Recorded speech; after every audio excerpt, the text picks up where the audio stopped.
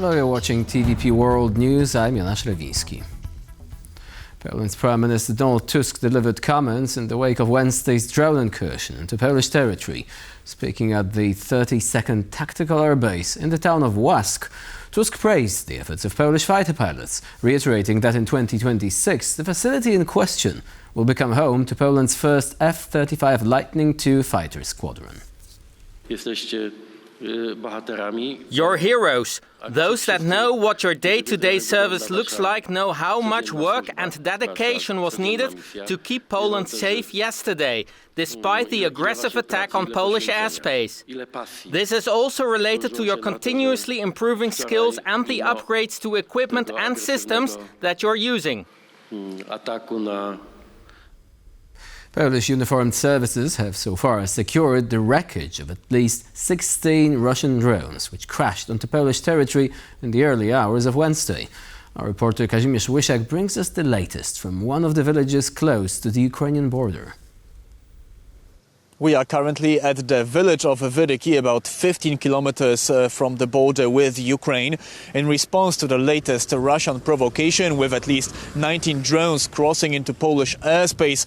On the night from Tuesday to Wednesday, the Polish Air Navigation Agency has introduced a no-fly zone along the entirety of the borders with Ukraine and Belarus. That's about 1,000 kilometers of a no-fly zone for civilian aircraft. Of course, military planes and other vehicles will be still able to fly around here to secure this part of the Polish airspace. We are also in front of one of the residential buildings in Poland, here at this village, where the debris from one of the drones which were shot down by NATO aircraft actually smashed through the ceiling of the rooftop. Let me show you right now the extent of the damage. You can see there in the back that some of the bricks from the newly constructed building, recently constructed building, actually dropped to the ground, smashing also into the car of the family which lives here. The couple lived here for years, and luckily when the pieces of the drone smashed through the rooftop, they were on the ground floor, miraculously avoiding any injuries. But this was as close as it gets to someone being hurt in the series of drones dropping on the Polish territory from the night of from Tuesday to Wednesday. This is a grim reminder to everyone living here what can happen anytime with the war in Ukraine happening so close. And also a reminder that Russia truly will stop at nothing. It will most likely continue with its various forms of provocations. So that's definitely a wake-up call, not only for Poland, but also for all of NATO. From Vyryki, Kazimierz Łysiak, TVP World.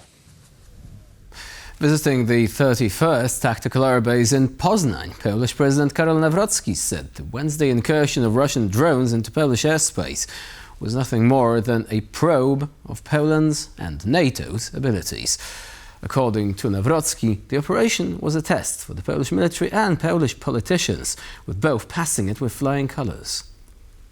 Ta rosyjska prowokacja, jak panowie generałowie I nasi żołnierze doskonale. This Russian provocation, as you are well aware, was nothing more than an attempt to test our capabilities, our ability to respond, including that of the Polish President and Prime Minister, to what is happening today, to what is happening now. It was a probe testing the operating procedures of the North Atlantic Alliance and our readiness to respond. And for that, I would like to thank you, distinguished officers and enlisted soldiers, because we passed all these tests. The political test, the test of partnership within the North Atlantic Alliance, performing our diplomatic tasks since last night, and above all, the military test, your readiness to respond to Russian provocations. That is why I would like to sincerely thank Air Force Inspector General Nowak for our readiness to respond, General Chojnacki, the commander of the 2nd Wing, and Colonel Śniegula for the daily work you do here, including training, logistics, and finally, combat operations. At Poland's request, the United Nations Security Council will convene an extraordinary meeting, the Polish Ministry of Foreign Affairs said on the social media platform X. The request follows Russia violating Polish airspace with drones the night before. The Polish military called the incident an act of aggression, which posed a real threat to public safety. In the overnight operation, Poland, backed by NATO allies, shot down multiple incoming Russian drones.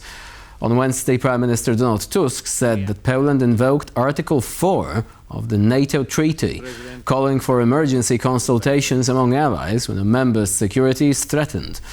Drone fragments have been found in multiple parts of Poland, and some of the debris caused damage to civilian infrastructure.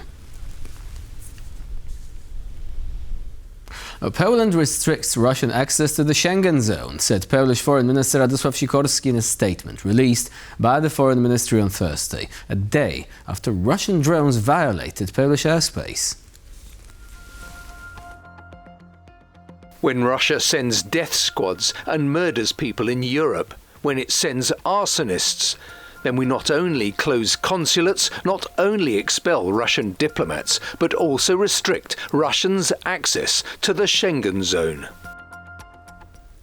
After multiple Russian drones were downed over Poland yesterday, authorities in Warsaw decided to close the airspace near the eastern border of the country to civilian aircraft until the 9th of December. From sunset until sunrise, no aircraft except military planes can enter the closed zone, and additional restrictions have been placed on those looking to cross it in daytime. During the day, only civilian aircraft which filed a complete flight plan and are capable of continuous air-to-ground communications with air traffic control are allowed to enter the restricted airspace, alongside military, VIP and search and rescue aircraft. On the other hand, no unmanned aerial vehicle may enter the zone, which spans the length of Poland's border with Ukraine and Belarus. The only exceptions are aircraft belonging to Polish Medical Air Rescue and those tasked with protecting and monitoring critical infrastructure. Poland's border crossings with Belarus will remain closed until further notice, according to the Polish Interior Ministry. Officials made the announcement on Tuesday before the Russian drone incursion, saying it shows Warsaw's readiness to take radical action amid a deteriorating security situation on its eastern border. It came ahead of the annual Zapad joint military exercises by Russia and Belarus, which are set to begin on Friday. The drills, which are set to run until next Tuesday, are closely monitored by NATO. Yesterday's large-scale incursion of Polish airspace by Russian drones is most likely linked to military exercises held on both sides of the NATO and Belarusian borders, retired Colonel Vaidotas Malinionis, the managing director of the National Defense Foundation, told TVP World. Malinionis also hasn't ruled out the possibility that the explosion of railway tanker cars carrying liquefied gas in Vilnius was an act of sabotage. Experts, including myself, we were predicting that during the period of exercises, the provocations and may increase. And what exactly we are seeing, this drone attack also could be related and in the time during the exercises. Plus, you mentioned already about explosion in Vilnius. So it could be, according to the timing, coordinated attack, but so far investigation is being in progress, and we don't know was it attack or was it an accident. Initial evaluation, which was done after a couple hours of this accident, initial evaluation, it says that most probably it was a human mistake. But okay, we should have to wait, and then the evaluation will be more clear. Following the Russian drone incursion into Poland, the Czech Republic has announced its readiness to send helicopters to Poland if Warsaw requests such support. The Czech Defense Ministry is ready to deploy a special operations helicopter unit to help protect Europe's airspace in the wake of what it described as an act of Russian aggression. This announcement followed a conversation between Czech Defense Minister Jana Czernochowa and her Polish counterpart, Władysław Kosiniak-Kamysz, in which Warsaw requested support. 3 modified Mi-171S helicopters will be deployed within days to assist with defending against low-flying drones. Czech Prime Minister Petr Fiala said his country stands firmly by its neighbour following Russia's violation of Polish airspace. Finnish President Alexander Stubb has arrived in Kiev to meet with his Ukrainian counterpart, according to an announcement by Ukraine's presidential chief of staff Andriy Yermak. The presidents are expected to discuss joint security projects, European integration and security guarantees for Ukraine. Stubb plans to address the issue of tougher sanctions against Russia, which he believes are the only way to force Moscow to stop the war. International Atomic Energy Agency personnel reported hearing drones and gunfire in the vicinity of Ukraine's Khmelnytsky and Rivne nuclear power plants during Russia's strike in western Ukraine, said the agency's director Rafael Grossi on Wednesday. Grossi expressed deep concern over the incident and shared that his team noted large-scale military efforts near the two nuclear power plants. The agency's chief said this should never happen. The Khmelnytsky plant reportedly detected 9 drones within a 3-kilometer radius from the facility, while 13 drones were detected in the Rivne plant's surveillance area. Russia has continuously been targeting Ukraine's energy grid, causing nationwide blackouts. The International Atomic Energy Agency also repeatedly shared concerns regarding the Zaporizhzhia nuclear power plant, a Ukrainian facility occupied by Russian troops.